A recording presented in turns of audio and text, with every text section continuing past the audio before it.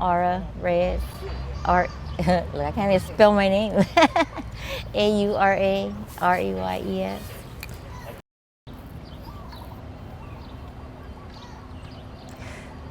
The sweeps, the sweeps are like a humongous disease.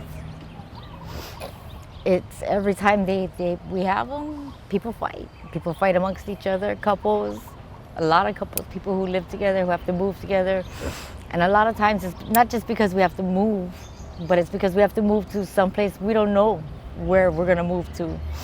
And then they say, well, you need to be out of here. Don't you want to get moving now? No. Why do we want to get moving?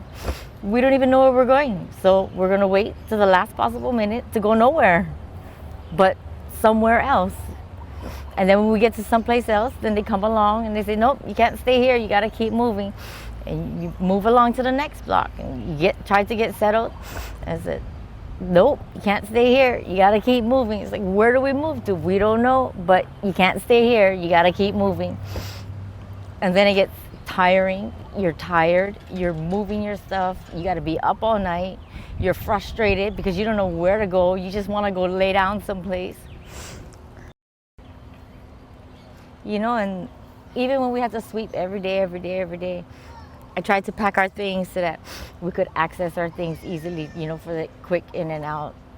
But it's still hard, you know. You try and get ready underneath a tarp that's only like 2.5 feet tall by 3.5 feet wide with all your stuff under there, but you're trying to be underneath there because you have nowhere else to go get ready at. Try and go to work or school or... You know, when we first came out here, I worked the first 2 years we were out here. He would stay up all night.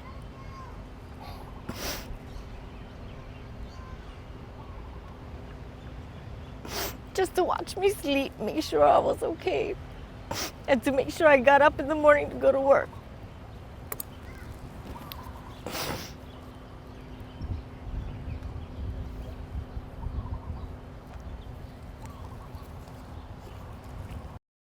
Because even the whole day that I was at work, he really, when did he go to sleep?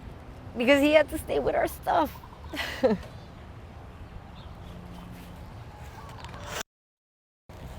Thank goodness we knew some people that were out here already that helped us, that would feed us or give us a place to crash for the night. You know, we used to carry our house with us everywhere we went. That became super exhausting. You know how hard it is to take your house with you to work? You're trying not to let everybody know what's going on in your personal life, you know, trying to keep the front that everything's still all good.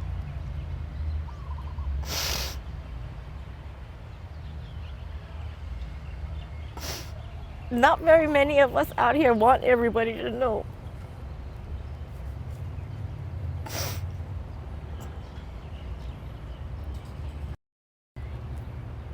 I hated asking people for things.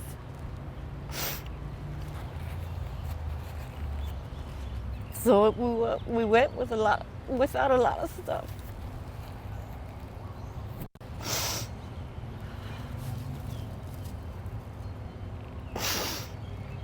It's hard.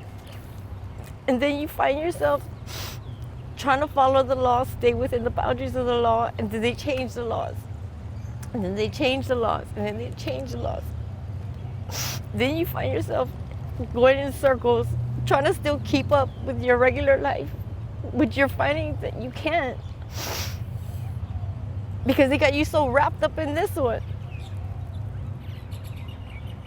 But then they're telling you at the same time, no, why don't you go get a job? Why don't you go, hello, I'm trying to keep my job. I had to give up. I had 2 really good jobs. Really good jobs. Then we went to Waikiki Health Clinic, and we were talking with the counselor, and I told him how much I made at my last job, and he was like, I'm in the wrong business. I should be doing what you're doing. I said, well, obviously it ain't getting me nowhere. People don't realize how expensive it is to be homeless. And then we didn't know about all these food banks and pantries, and God, we didn't even find out about the mission in Chinatown until like about a year and a half after we've already been out here. After us living off of $5 a day at 7-Eleven's jumbo hot dog and cup of noodle that we would split amongst the two of us with all the free condiments that they had and the box full of free chili and cheese that came with our hot dog. But it kept us alive.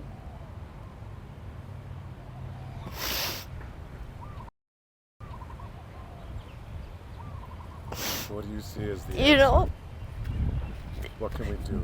we lost everything because of these sweets. Every last thing that we had that our kids gave us. All my legal documents that I had kept with us. And then we were forced to move into the tunnels because we had no place else to go at one point. And then the rains came and the rain swept all that stuff down the tunnel.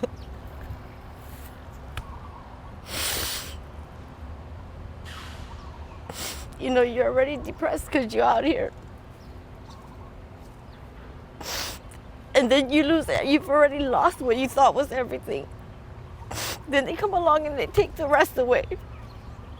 And they want you to still have some kind of dignity and go and show your face out in public.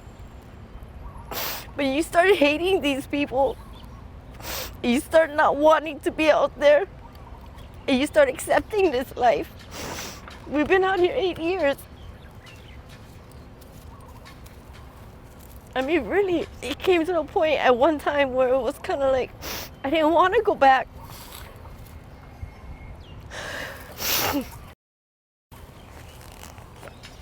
The people that were my neighbors, that we lived with throughout the years,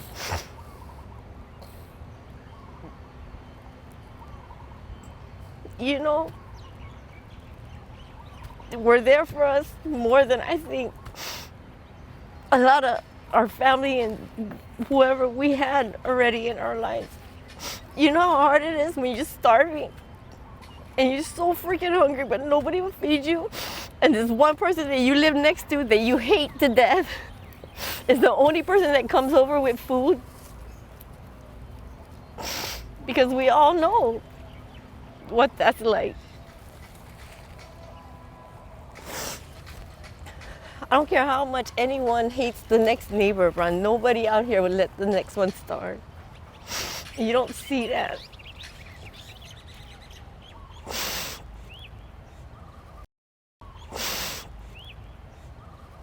They harass us. They put us down. They make life so hard to even try to get ahead, to even try to get back on your feet, to even want to get back on your feet.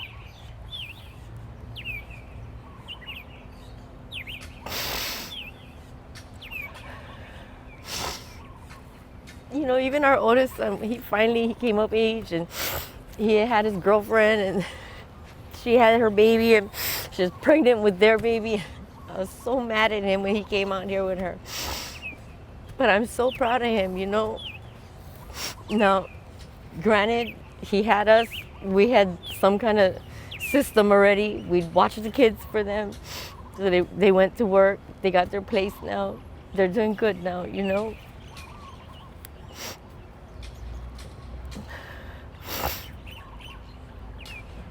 But I told him, go back, take your family out of here. And he refused. He wanted to stay with us. But you know how much it hurts that I couldn't.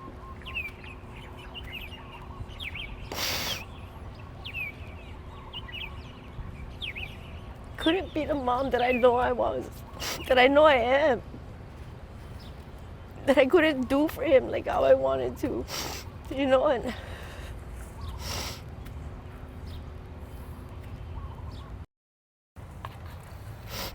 not everybody out here is the same. Not everybody out here has the same story. Not everybody out here is out here by choice. For us, life happened. it was something I just wasn't, I thought I was prepared for the world.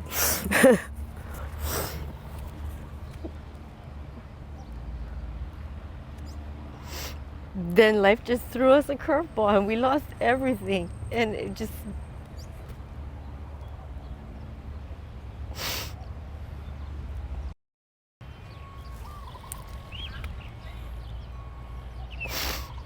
well, we finally got our housing. Thank God.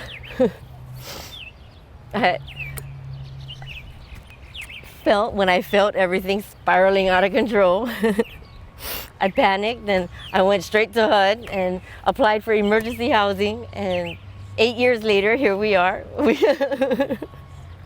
We finally got our letter and we finally got into our place. And you know, why don't you go do this and why don't you go do that? And it's not so easy. Most of our day consisted of food bank, lunch, food bank, bath, food bank. Yeah, lugging around freaking bags and bags of canned goods on our bicycles. Does anybody realize how hard that is? Carry around 2 grocery bags full of canned goods and just ride your bike 2 blocks up a hill somewhere, anywhere. Pick a place and then keep doing it. And then to get home to find out you gotta throw away half the food that you just brought home because now you gotta move your stuff. Now it's come down to what are you keeping? You know, people think, oh, well, that's just all crap. Well, you know, I hate to tell you, but the more places we have to move that are different, you need more stuff. You still need shelter. Now we need to be prepared for the sun, the rain, the wind, the people. I mean, majority of everybody's stuff is building stuff because we need some kind of shelter.